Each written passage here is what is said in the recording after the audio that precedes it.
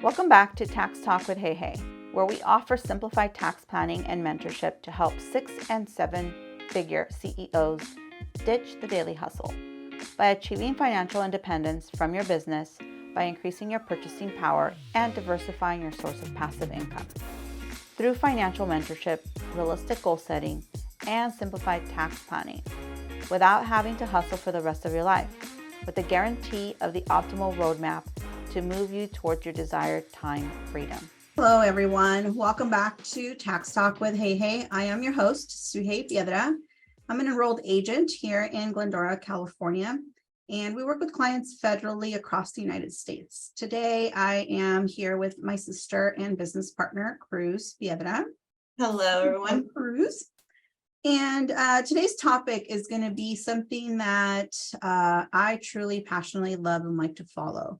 So a lot of people will ask me, why real estate? So I'm a tax professional, been doing taxes for over 20 years.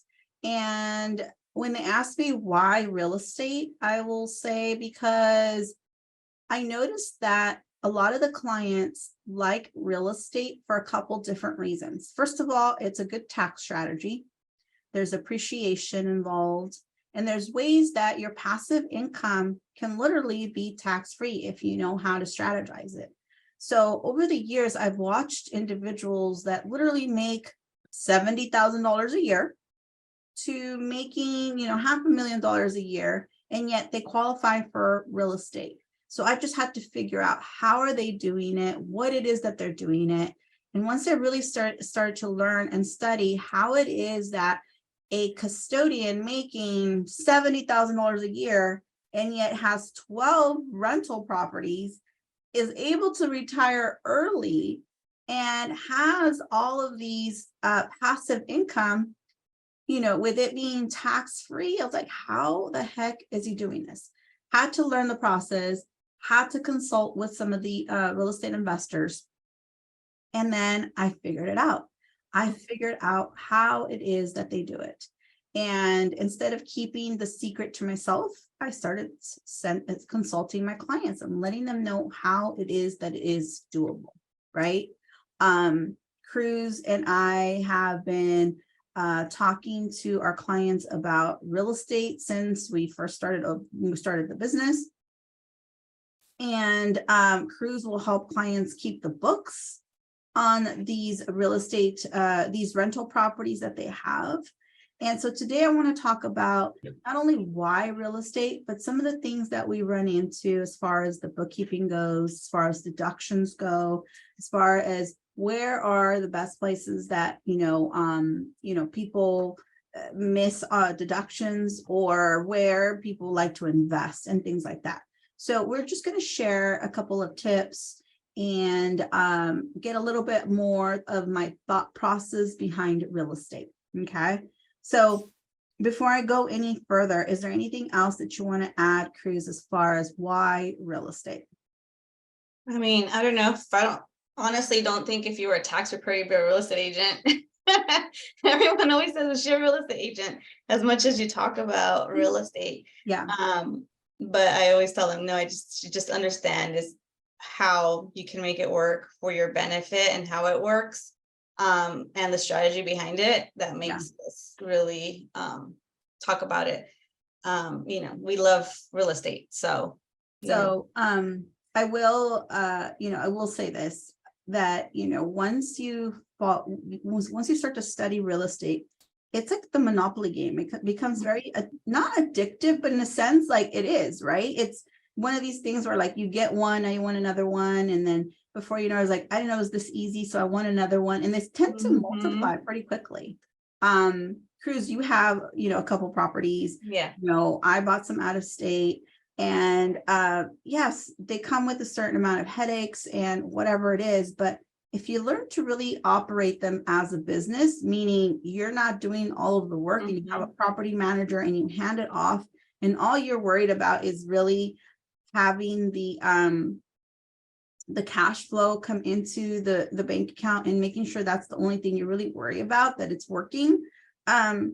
It's not that bad. I mean, That's why you hire professionals to do the dirty work and to make sure you got a good tenant in there and that they're paying the rent and that anything that happens in that property is being taken care of.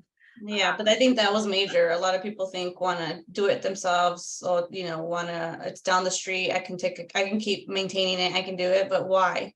Yeah, When it's easier for you just to let someone else, a professional, take care of it, do it for you, and and patience. It's also gonna be patient. A lot of people wanna see the investment right away, depending on how you set it up. yeah. There's. And so times where I they think need that's going to be the long-term. first question that, let's talk about that. Let's talk about why it's important to hire a property manager from the get-go, from the beginning of it all. I've seen a lot of horror stories. I've seen people lose a lot of money. So let's just break that down. Okay. Cruz, property managers, typically what does a property manager cost? They could take a couple percentages. Yeah, like 10%. I think it's Yeah. 10% typically, Yeah, I just heard a client complain the other day because I think they wanted to charge like 12% or something like that. So let's just say 10% is the average, right? Mhm. So you're paying somebody 10% to manage your property, and client, even if it's down the street from you and you're like, well, I can manage it myself. You could, but should you? Okay. No. First Yeah. of all, are you putting the right tenants in there? Are you up to date with all of the landlord rules and laws and what should you be doing and what shouldn't you be doing? Are you keeping up with market rates for the rent? That's where I see so many people losing so much money, is that they say, well, I have really good tenants there and I just don't want to raise the rent. Yeah. And I'm like, for good tenants, you don't want to raise the rent. Are those good tenants going to be there when you retire? And are they going to help you pay your medical bills? Yeah. Are those good tenants going to be there when the roof caves in and say, I'll repair the roof for you, don't worry? Mhm. It's like, really think about, what is that good tenant costing you? Yeah. Because in the long run, yes, you have peace of mind that you have a good tenant there, but to me, I'm like, I could be making better use of the money if I just kept my rents at a fair market value. Yeah, and what a property manager helps with is that contract, and it's written already in there for you. Yeah. So it's expected that your rent's gonna go up a certain percent every year, and you don't even have to. So a good tenant that you have in year 1 is gonna be there year 5, and they're already expecting that increase, and it's automatic. Right. Because it's written there. Because it's already written in the contract. It's expected every year. It goes up, whatever, to keep up with inflation or whatever. Yeah. I get the idea of saying I have a good tenant there and I don't want to mess that up.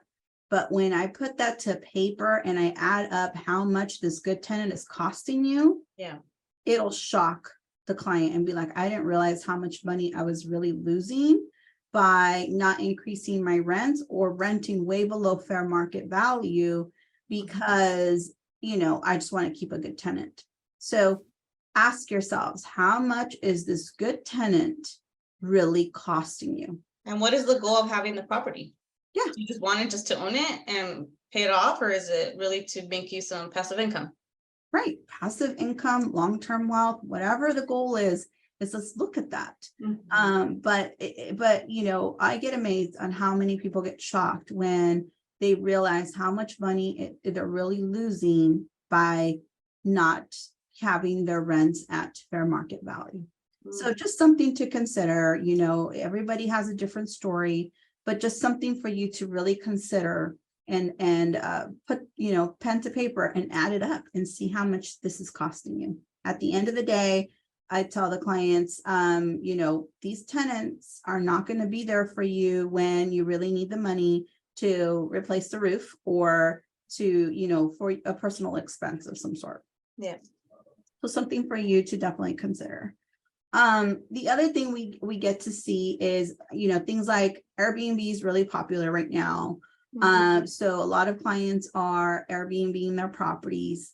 But Cruz, share with us some of the things you see when people Airbnb their properties. What are some of the expenses that they were either not expecting, or some of the surprises that they get when they do an Airbnb versus like a long-term rental property? So an Airbnb most of the time comes with a little bit more expenses because you gotta gradually always maintain it and supply it. So you can't just, if you get an Airbnb, they come with supplies for you to, make it easy for the tenant to stay there or the guest. So you gotta always make sure it's stock supplied. So you get a lot of those expenses of, toilet paper. You gotta maintain towels, and then you gotta have a cleaning service to come clean it for the next tenant and do all the linens and do all that stuff. So that's the things that people don't keep in mind when they're doing Airbnbs, or they want to do it themselves again. And it's not an easy task, especially within time frame, because you have the next guest coming in. So it's always easier to outsource that. Property manager to sell it, to post it for you, to make sure that you're getting guests, because you do Airbnb, a list comes up. But you got to have someone talking to that property manager. You don't want to do that.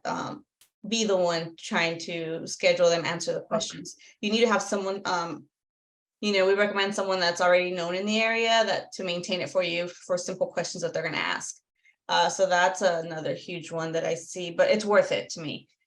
Other things, majors is tax. That's going to be one of the huge one. Is people think, oh, just property tax, but there's a transient tax that most people don't know about that comes into play in certain cities, not everywhere just yet. But I know, for example, here in Nevada, there's Airbnbs, and that's something that's been in the works of transient tax.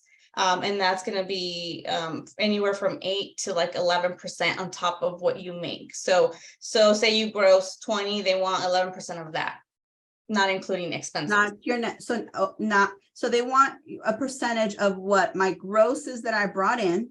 They don't care how much I paid the cleaning lady, how much the mortgage is. No, just the actual net profit. Just the they net. Want the 11% off of the top number. Yep. And now they're getting to the point to where you don't even submit the report. Now, if you're using Airbnb or VRBO, they're going to submit the report, so they know exactly how much you brought in, and then they take it before you get your deposit. So it's another amount that now you got to consider as well. But in the end, I think it's a long-term investment. Airbnbs are great. They do, especially if you have the locations, very important. And then having that manager to really market it for you, to make it that important. And these taxes, are they due once a year? When are you paying these taxes? It depends. Every city is very different. I have some cities that are due quarterly. Now I have some cities that want them monthly. Oh, wow. Okay. So on a monthly basis, you got to submit that amount. And don't think they don't match, because I've gotten some where it's off by a number, and then they reply sending you, hey, we saw that you made this according to Airbnb or whatever. So you gotta match everything, balance. So they are matching. They are double checking your math. Everything's gonna be balanced. So yeah, so that's a huge one, but it's not in all cities. So it just depends. You have to be aware of location, and you just ask the question, is there any transient tasks or additional tasks you got to be aware of there, and then take that into consideration when you're purchasing the home. And most people, like good property manager, will help you make sure that you are renting it at level to cover your tax and still get a profit. Right. So that, again, where it comes in, where you want to have someone on your team that knows what they're doing to help you offset that expense. Got it. Yeah. And so you want to figure out, as the real estate investor, is what kind of real estate do you want to be in, as far as long-term investment, long tenants, or Airbnb more of your thing, or a combination of them. Yeah. Regardless, there's rules in both arenas that we have to follow, that we have to be and stay familiar with. I'm really big on talking about and investing in out-of-state real estate. So why do I choose out-of-state real estate? Well, it's not why I choose that I prefer it over California, over Nevada, or Texas, or Arizona, or anything like that. Out-of-state real estate, when I say that, I'm talking about places like Alabama, I'm talking about places like Ohio, more of places where real estate is still, $100,000 to purchase a property. The reason I go there is because since we're California people and we feel that, oh my gosh, buying my first rental, I have to save 20%. Well, 20% of $500,000 or 20% of a property that's 700,000, which is the norm and average right now here in California, or at least in the area that we live in. Well, that down payment is going to be a lot more. It's going to be $120,000, $200,000 that you have to save. And you're just like, wow, it's going to be so difficult. Well, when I take that same individual that's been saving to, acquire this $100,000, and then we go and we introduce them to a real estate agent that can show them properties out of state for, say, 100,000. Well, now their down payment is only 20,000. And they're like, well, I have 100 saved, or I have, $80,000 saved because I was saving for a California property. Well, now they can afford to buy 1, 2, 3 different properties in out-of-state areas at that price range. And so what that does is the client all of a sudden is like, this is a lot more doable. This is a lot more achievable than I thought. And what happens is I will always, let's just start to play the Monopoly game. Let's just start to play the game. Let's see where you're at. And then let's look and see what the goals are, and we can guide you and help you get there. Because when you haven't purchased the rental property, whether it's an out-of-state property or it's a California property, I don't know where to direct you because you haven't even started to play. It's like, let's start playing, and then I can help you and guide you on what your next property should be.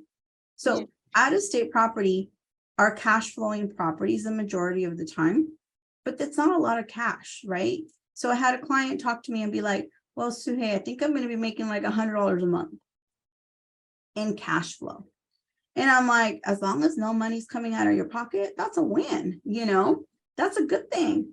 And then they're like, but I'm not going to get rich off $100. And I said, no, you're definitely not going to get rich off of $100. Well, I don't know, maybe start investing and do something, with it. I don't know. The point is, real estate is going to be a long-term investment.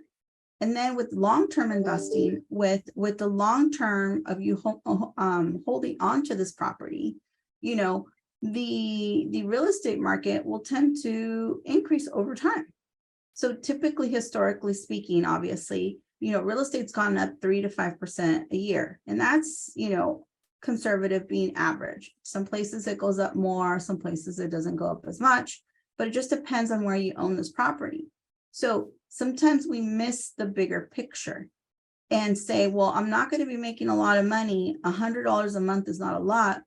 But if your property goes up over time, that's where the real money making is earned. So I share my example as the example because it's personal and I can share it.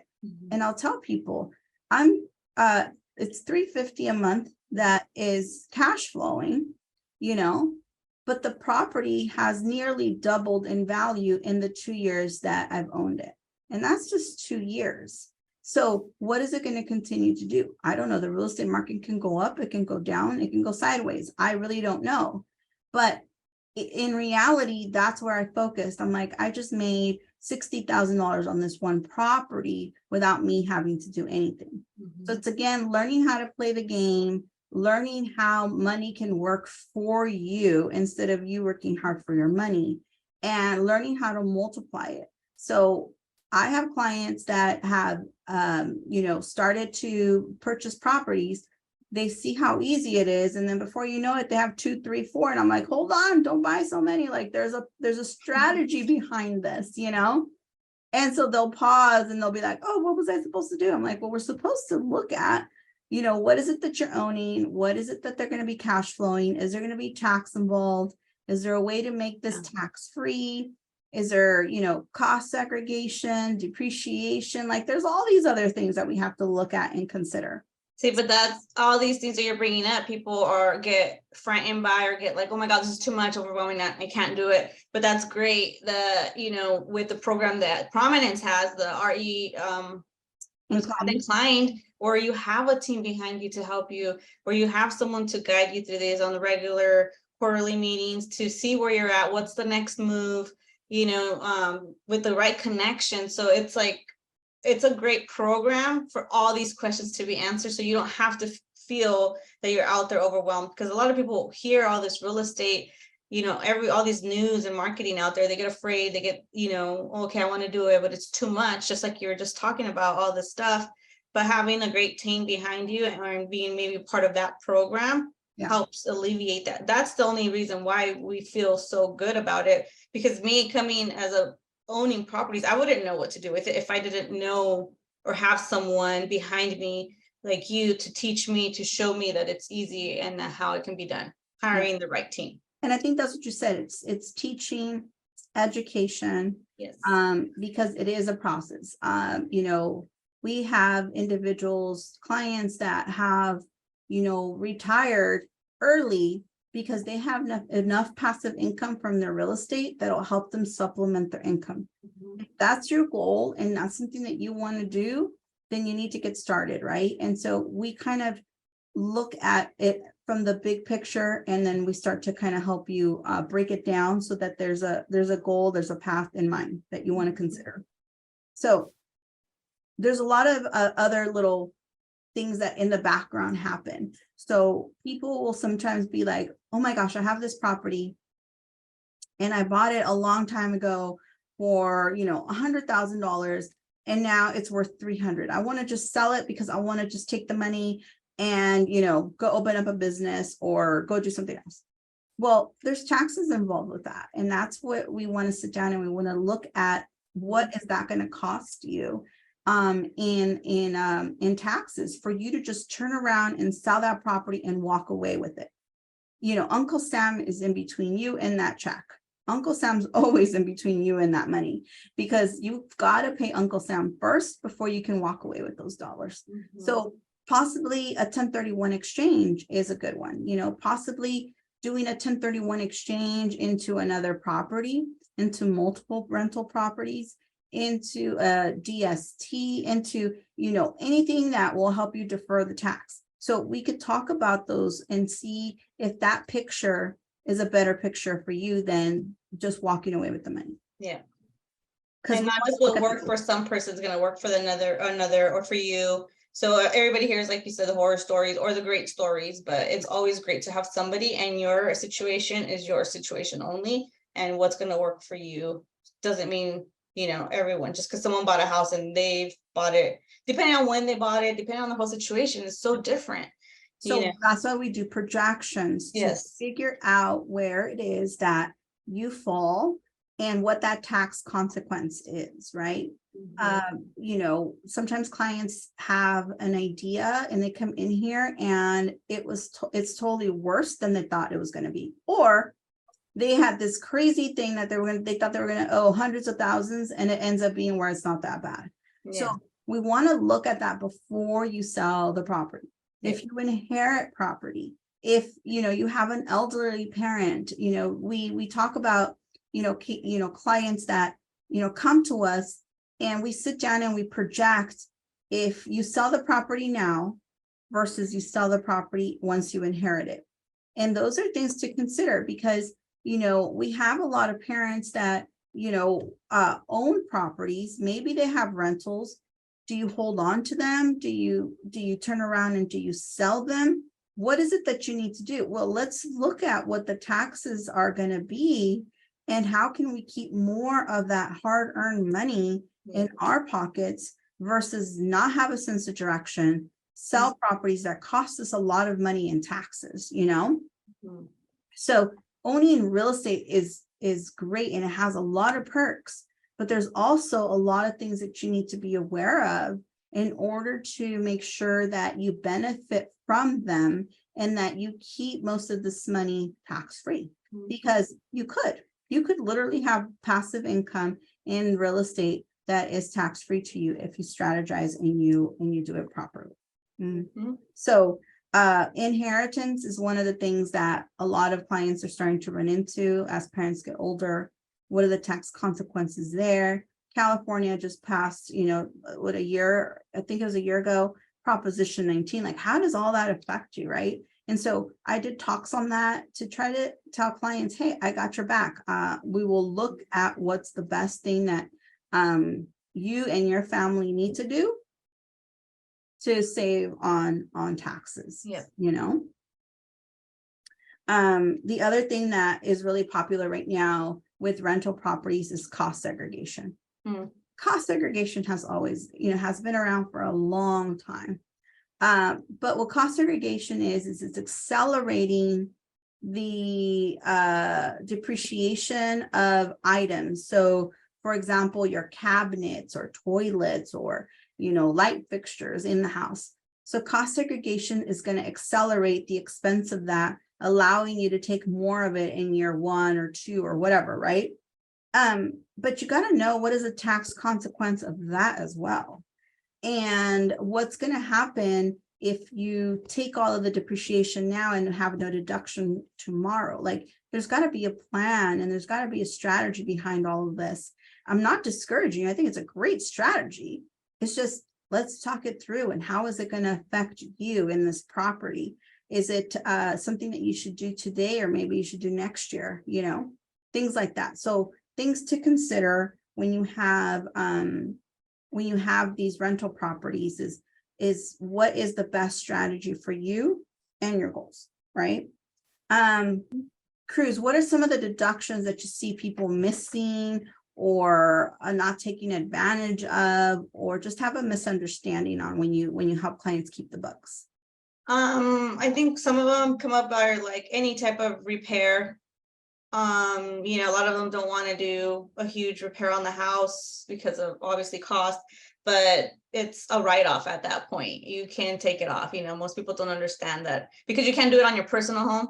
Yes. So they're like, oh, wait. So, in their head, they still think you can't write that stuff off. So, doing upgrades to the home when it's a rental, that's amazing. So you can always maintain it, especially if it's an Airbnb, you change the carpet, change the paint, do things like that on the regular, all that's a write-off. Minimal repairs are also, sometimes you just have to do the fridge, appliance, something like that, all that, it can be a write-off. And sometimes I feel because people, oh, I can't do it on my own house, they don't do it on the rental. Yeah.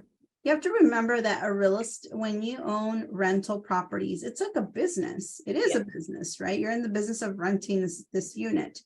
And so anything and everything that happens within that unit, or it takes you to run and operate that unit, is considered a deduction. That's why your property manager is a deduction. Yep. The upgrades you do to the property or the maintenance that you keep up with the property is all considered a deduction for you.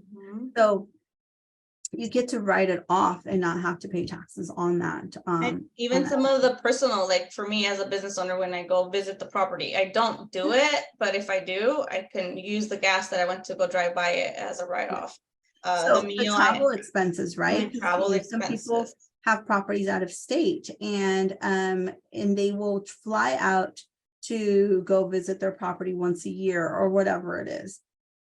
Hey, that travel, if it was used for that, we've got to talk about it. But if that airfare was only to go view that property, then that airfare is deductible. Now, if you did some vacationing or you did something else, then it's something we need to break down and consider. But the majority of the time, especially when we have some of the real estate investors, how many of them haven't been flying to Ohio and Alabama just to go look at these properties and do the deals? So that trip is considered, a travel expense for that property. So documenting and keeping these receipts and keeping everything organized so that you can take these deductions are things that, sometimes people miss just because they normally don't take these type of deductions. So you want to know that when you have a rental property, anything and everything, that happens within that property is going to be typically a write-off. So and even prior. So like, I know we go out and look at properties. So our time of going out there, you get to write it off to keep that, even if you don't buy the property at that point, but when you do, you use that want to purchase that home. So keep that Right, in 'cause mind. they're considered your, like your startup expenses or Exactly. expenses of you, trying to identify that property, that the next property that you're gonna be buying. Mhm. So, record keeping and all of that. Record keeping is a very important. Showing the intent to the IRS is all very important in case there ever is a question. We can definitely still prove it and show how we have everything lined up and documented. Yep. So in the end, when you have real estate properties, the goal is to strategize to not create just more income that's taxable, but to really create that income that can be tax-free, that passive income where we don't have to pay even more taxes, right? Mhm. So I have clients that will sometimes have the losses of the property locked because they make too much money. So the IRS has rules and they say, well, you can't take deductions. You can't take the losses of your rental properties because you make too much money. So a lot of people out there that are high earning individuals have losses in the real estate and they can't take that because it can't offset their regular W-2 income. And so they're like, well, what's the purpose of me having these rentals if I can't use those losses? Come see me. We can sit down and talk. There are ways to unlock those losses. There are ways to utilize them before you sell the property. It depends. Are you planning on getting other properties?